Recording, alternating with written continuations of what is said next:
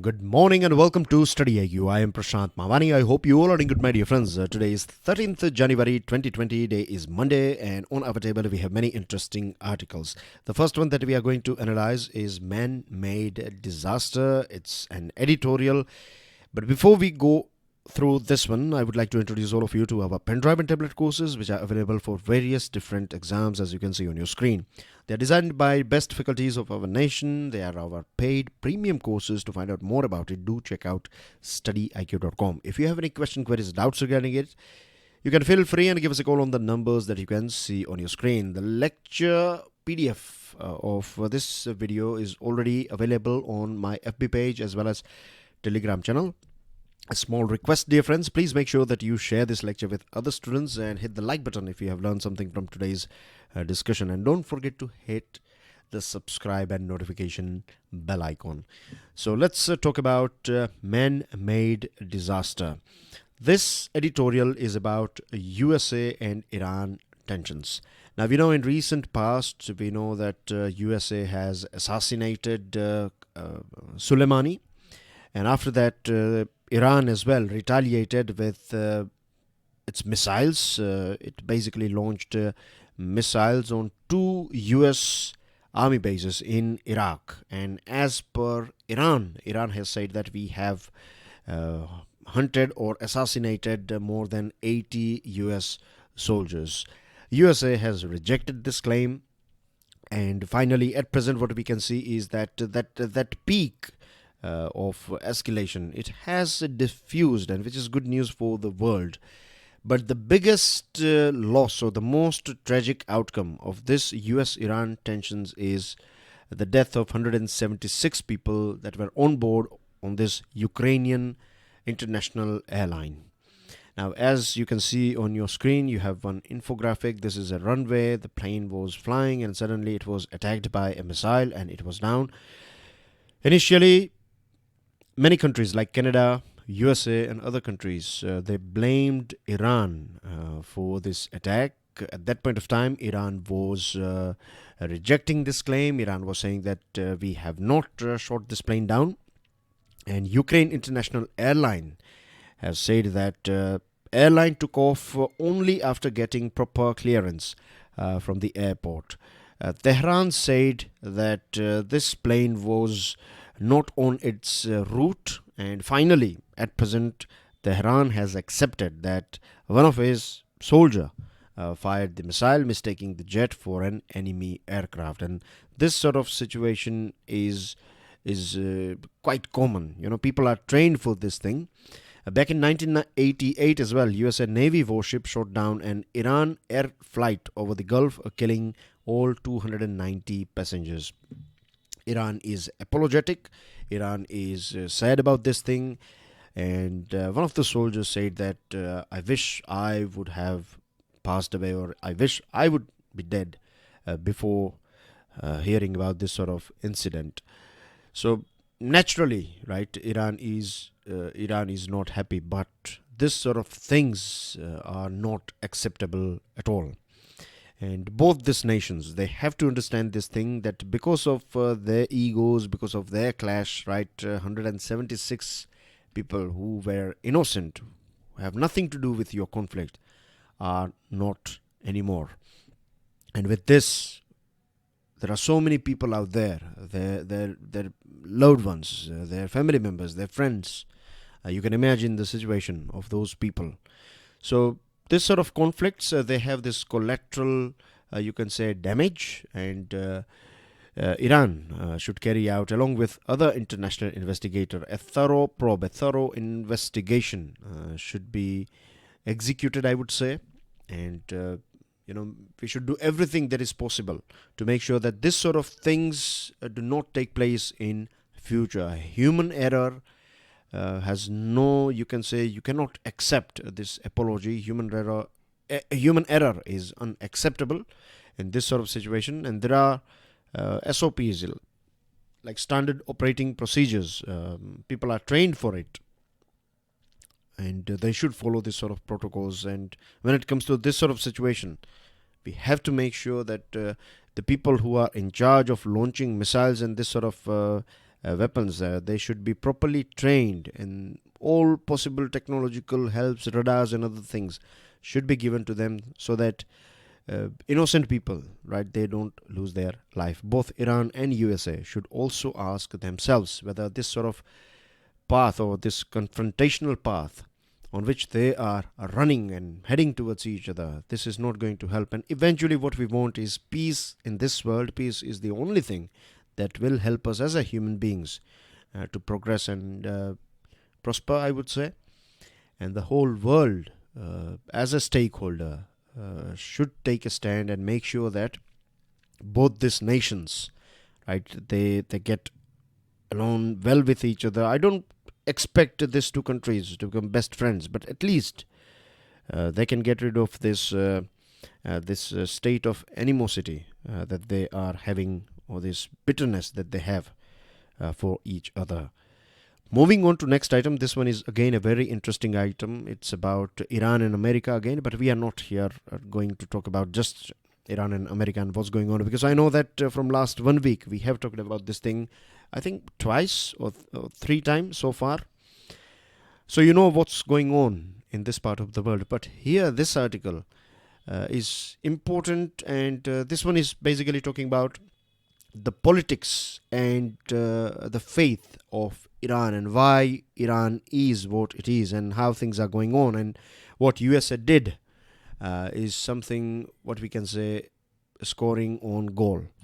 So this article goes by the name "In Martyrdom Moment for Iran, America's Own Goal." Before this whole episode of Qasem Soleimani, things were not good for Iranian government. People were protesting. They were protesting because of economy of Iran is struggling. It is struggling because of sanctions.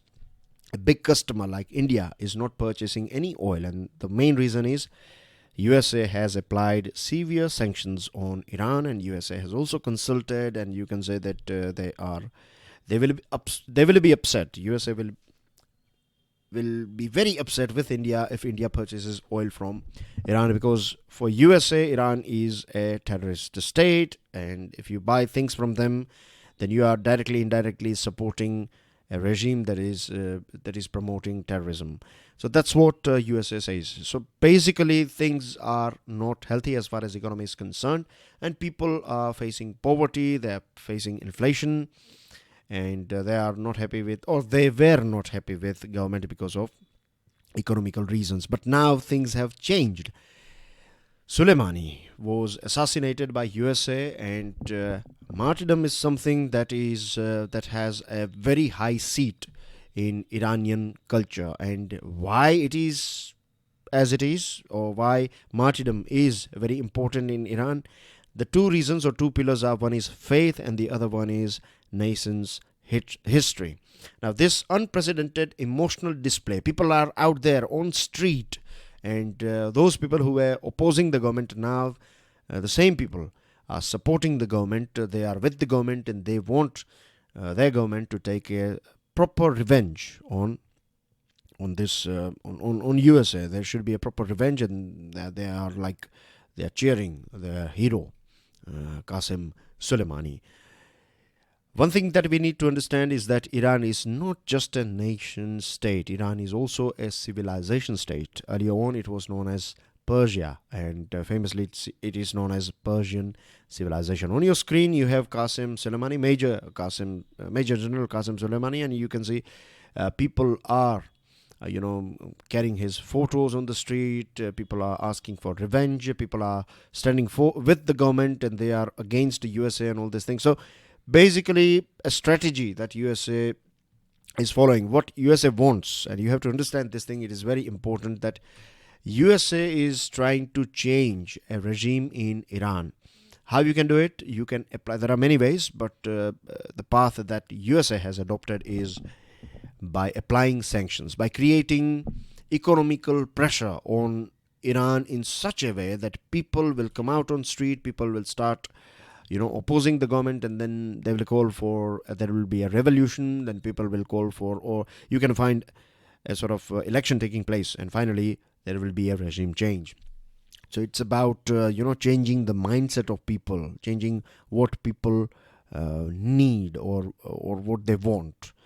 So it's a big game, but things have turned, or you can say now things have inclined in favor of Iran after the assassination of this person that you can see on your screen. Now, there used to be a Safavid dynasty in Iran, and it was this Safavids who adopted Shia Islam. You know, there are two branches. As far as I know, there are two branches of Islam. One is Sunni and the other one is Shia. Back in 1979, Islamic revolution that overthrew the Pahlavi monarchy also used the same thing. One was nationalism and the other is schism. Schism means the principles, or you can say the history of Shia Islam. So these two things are key pillars of this country. In Iran, as I told you, martyrdom is one of the central tenets of both of schism as well as nationalism. Shias revere their martyrs, starting from Imam Ali. I'm sure you might have heard about Imam Ali. If not, then I will give you a brief history as we can find it in today's article. Now, one interesting thing, as you can see here, Supreme Leader of Iran, and here you can see Qasem Soleimani. He has been honored with a Order of Zulfikar. And you know, whilst giving this award to Qasem Soleimani, the Supreme Leader said that may you long live, but eventually everyone is going to die, isn't it? So he's not used the same words, but I'm trying to explain it to you here, that he said that my blessings are that you have a very long life, but when your life ends, may you become a martyr. You know, so you can understand that martyrdom has a very, very important you can say place in the culture of Iran in terms of religion as well as in terms of nationalism. If you talk about our country, India, then as far as nationalism is concerned, we also love our martyrs, right? We respect our martyrs, and whenever I say a martyr or a shaheed, the first image, at least in my mind, I can see like Shahid Bhagat Singh is the first image that pops up in my mind. So I believe every culture, right, they have a very, you can say, proper place, or a very, you can say, a high seat for martyrs. But here you can say for Iran, there are two things. One is religion as well as nationalism. So if we go through Islam, then we find that after Prophet Muhammad's death, his followers were divided on who should be his successor as the rightful leader of Ummah, that means the Muslim community.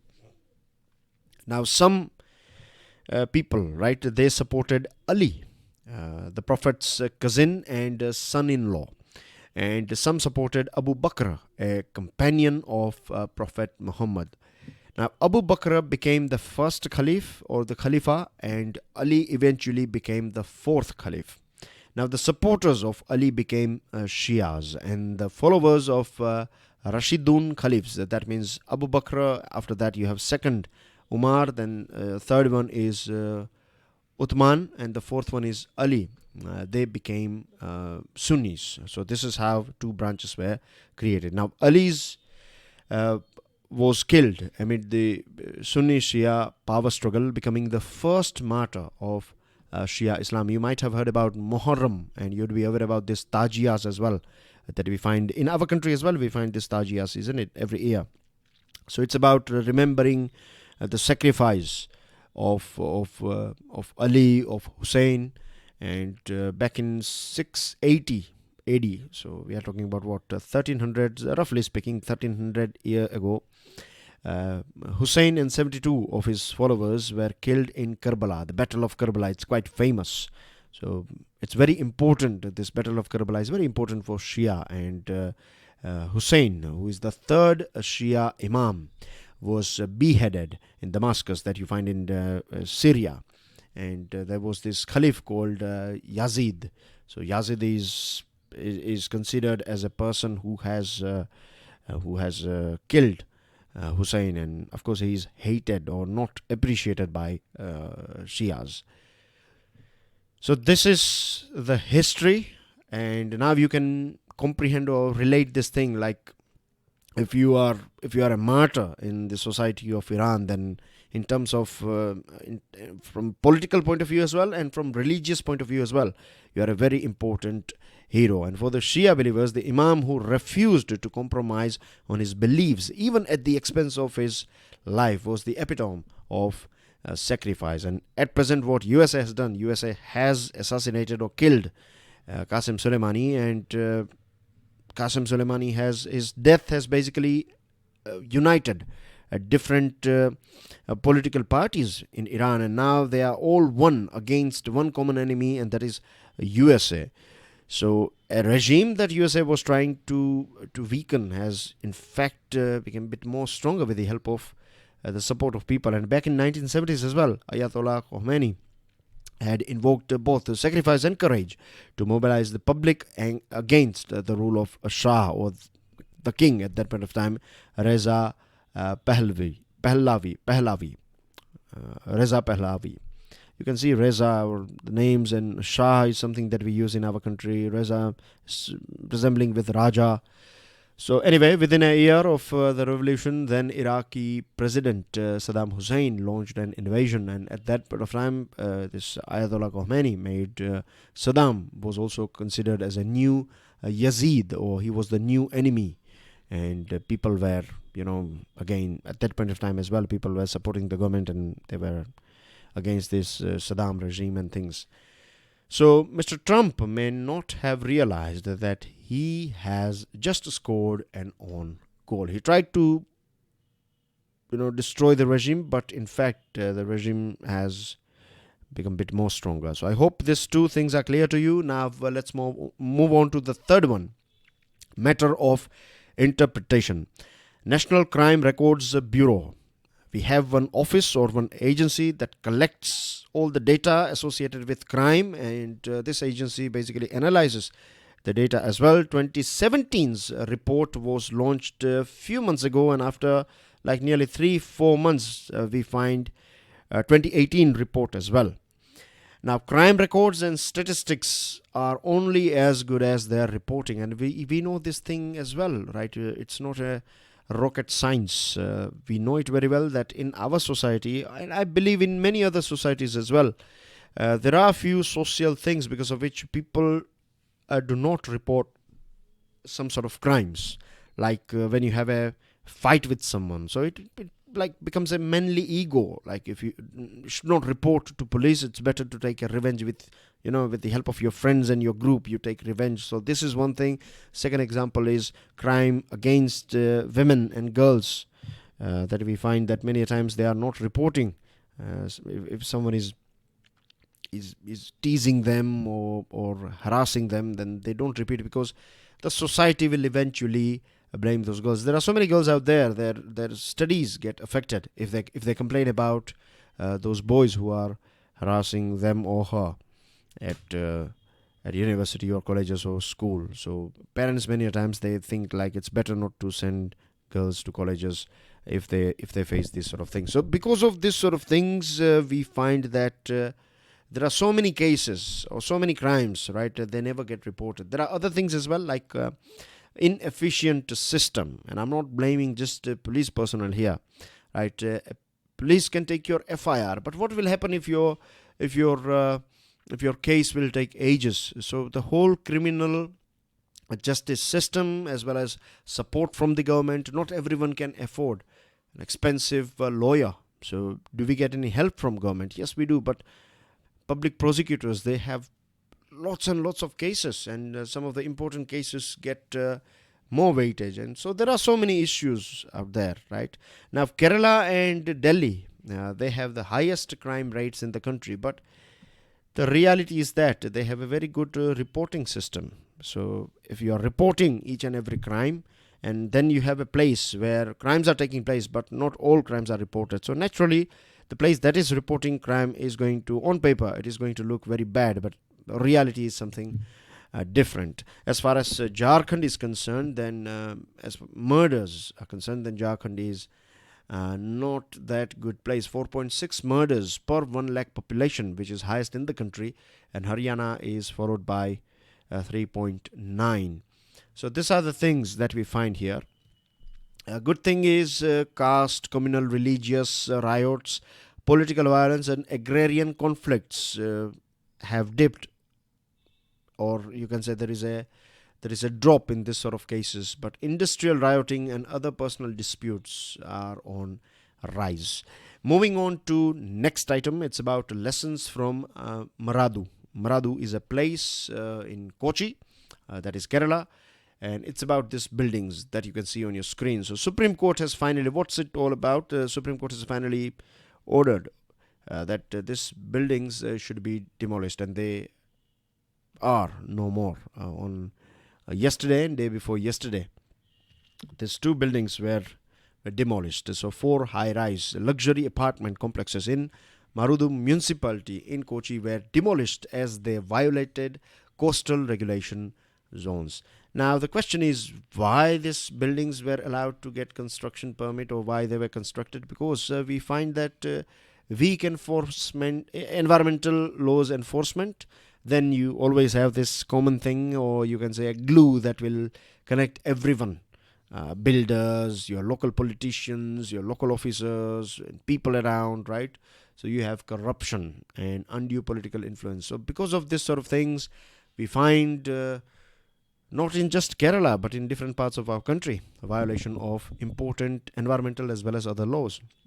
And Supreme Court has taken a very strong stand that this sort of violations cannot be taken lightly. Now there are 350 families. They were protesting, but Supreme Court has ordered that these two few builders who were associated with this building, they are arrested, and Supreme Court has ordered that compensation amount of 25 lakh rupees should be paid to each and every family. All expenses of demolition should be covered from these builders.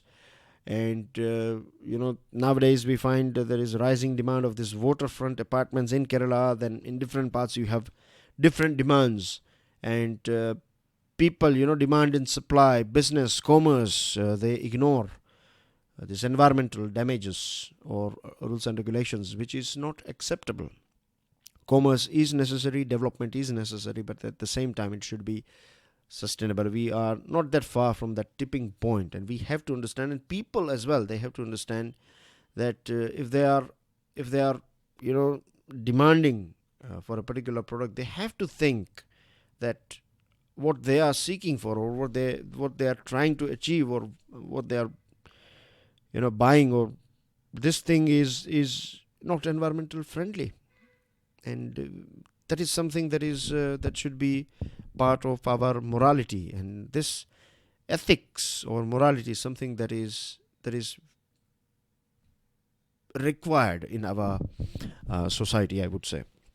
Not just our society, but the whole world. If you are buying something, then we have to ask questions that what we are buying, or may it be service or goods, we have to ask whether whether it is sustainable or not. Simple as that, right? So moving on to next item, trust in. And one more point that I would like to add here is that by this order, it will send a very strong signal in the whole nation and other builders. If before constructing this sort of buildings, they will think twice, I believe, or maybe 10 times before going ahead with this sort of things. So this decision of Supreme Court will play a very important role. Now, next item is trust in age of misinformation. It's about a report, Journalism, Media and Technology, Trends and Predictions 2020, Reuters Institute for the Study of Journalism at the University of Oxford. It's about election, particularly UK elections. Now, the study focuses mainly on this UK's election that took place in recent past. We know that Boris Johnson is the winner and the new Prime Minister of UK, as well as this study is also talking about Brexit. Now, the biggest problem that we find nowadays, and it's not just in UK, but it applies to our country and different parts of the world, that politicians have played with facts. They have learned this art of playing with facts, and they are not earlier on they used to communicate with us via media. So media used to work like a filter, right? Now we always have some media houses, they are supporting X political party, the others who are supporting Y political party. So this thing is there, but there are few neutral medias as well, and they used to act as a filter as far as facts and figures are concerned. But nowadays, politicians are directly bypassing it. They are using their social handle, social media, Twitter account, or maybe Man Ki Baat. And there are other programs, right? They come on different radios. They come on various different channels, like or this Facebook, and there are Google platforms. So they are using this sort of things, and they are directly, connecting with the people. And when it comes to rigorous and relentless journalism, the most interesting thing, and this is something that we have to understand here, that masala news that we commonly refer to, right? I hope you know the meaning of masala news. So this article is written by this person here, and he is a very important player of this Hindu newspaper. So what he says is that nowadays, as far as this research is concerned, what we are, or the trend is that this sort of masala news is getting more attention than a thoroughly analyzed or rigorous, or a news item that is carrying facts, that is having proper analysis. This sort of things are not that famous. People are craving for, or people find masala news more engaging, and this is a matter of concern, because just imagine if people, they are not sure. Nowadays entertainment is such a thing, and these people who are designing these campaigns, the people who are designing the programs, they are so smart. I would say smart in the sense they have done their homework. They know how our mind works. I was reading a book, and I was quite surprised to know that there was a very famous American channel, or even still it exists, but this channel back in 90s or in early 2000, early 2000, what they did is they used to have 3 programs, one by one, and they used to promote that make some popcorns and have some drinks and enjoy these 3 programs back to back. So it was like a 3 hours affair, and it was called something like Craving Thursday or something. I forgot the name actually, but basically it was designed in such a way that people started following this thing without knowing that they are just, what they are doing is they are becoming the customer, or you can say getting addicted to this 3 shows, and how much advertisement money this companies will make. So that's what we find with media as well, and this trend of people craving, or people engaging with masala news and not with proper news, is a dangerous thing.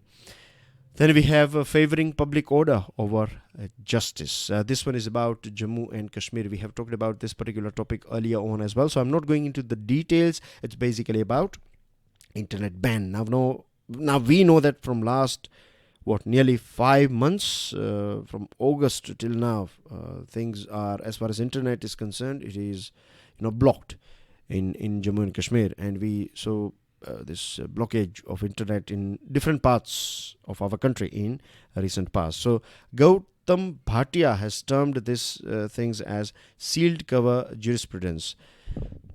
And I am here, when it comes to sealed cover jurisprudence, we are talking about this decision of government to shut down the internet, but when government is asked about explanation, then government is not having any sort of written explanation, like why this step was necessary. Now let me tell you one thing. Shutting down internet is important. Yes, shutting down internet is important, but it depends on the situation. You have to understand this thing. If government feels, and if government is logically sure that if internet is not shut down now, then it can create a long-term, short-term damage. It can create damage to property. So many people will get hurt or die, and it will create a sort of cracks in community or in society. So it is better to control this energy that is flowing in society or streets now. So there should be a logical reason behind it, and there should be a written explanation as well. So if it is challenged, then government should logically explain, like, this was the situation, and keeping in mind this situation and for the betterment of society, government took this decision. So Supreme Court has directed the government that you should have like 7 working days of time limit, and then you should do a periodic review. But the problem is that this is a good idea, no doubt, right? But even if you have this periodic review, who will be the part of this committee? Bureaucrats, those people who are directly, indirectly involved with this decision, who are in favor of a political party that is a ruling political party. So this is a good idea that you have a 7 days limit, and then you need to do a review. But most important thing, you should have a written explanation. And the second thing is that there should be independent members in this committee who are learned people, who are sensible people, so that this is basically, we are talking about a fundamental right, isn't it? The internet is something that is very important for the growth of society as well as economical growth of our nation.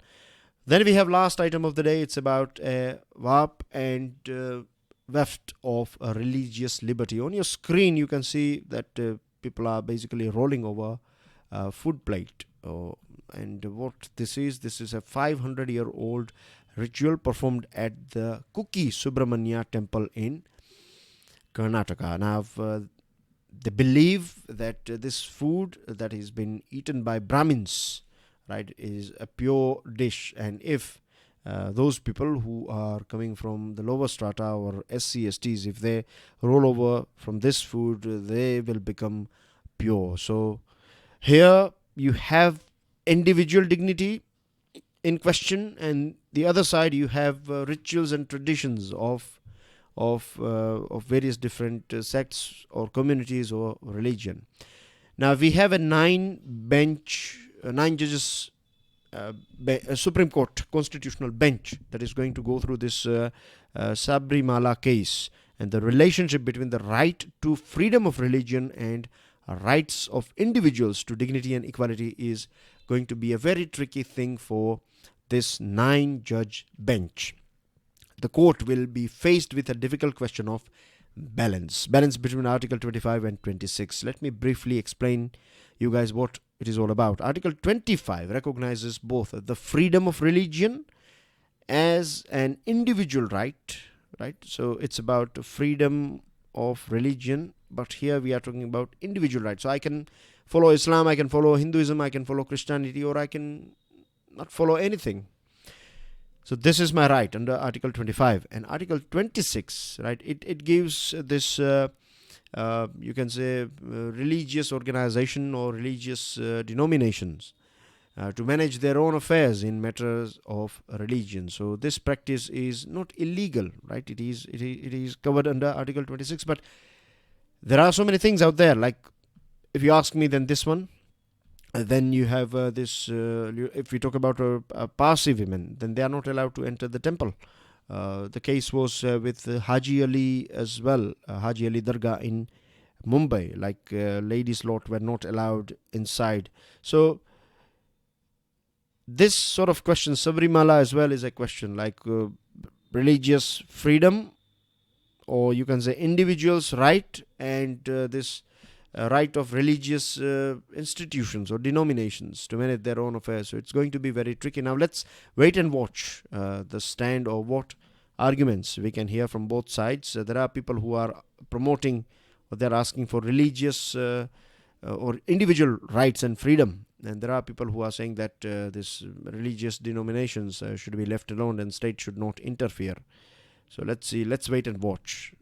Moving on to news items. These are a few news items that I believe you should at least go through. There could be other items as well, and there are a few other websites and other things like Times of India, Economic Times, and other things. And if you have time, then you can go through it. And we have one more series, Daily Financial News Analysis, in which we talk about economical financial news. So if you have not watched that series, then I highly recommend you guys to follow it for just 7 days and then analyze whether it is beneficial for you or not. I'm sure if you go through 7 days, then you will be more than delighted. So India's under 5 girls face high mortality. So that's a sad thing. Kaziranga has one of the highest number of wetland birds. Mass planting of exotic trees in Nilgiris is harmful. It's harmful for its unique or you can say local ecosystem. National mourning of Oman Sultan. He was a very good friend of India. And CAA is meant to give citizenship but not to take it away, says Prime Minister Modi. And Tripura High Court says social media posting is a fundamental right. And that's everything in today's discussion, dear friends. Thank you very much for watching this video. Thank you very much for your love and support. And I have a small question for you guys. Can you give me the name of the first supreme leader of Iran? First supreme leader of Iran. Give me the name in the comment section. It's not that difficult. I think we have talked about it, isn't it? Right, so I'll leave you guys with this question. I'll see you with daily financial news analysis today. And that's it. Enjoy your day. Jai Hind.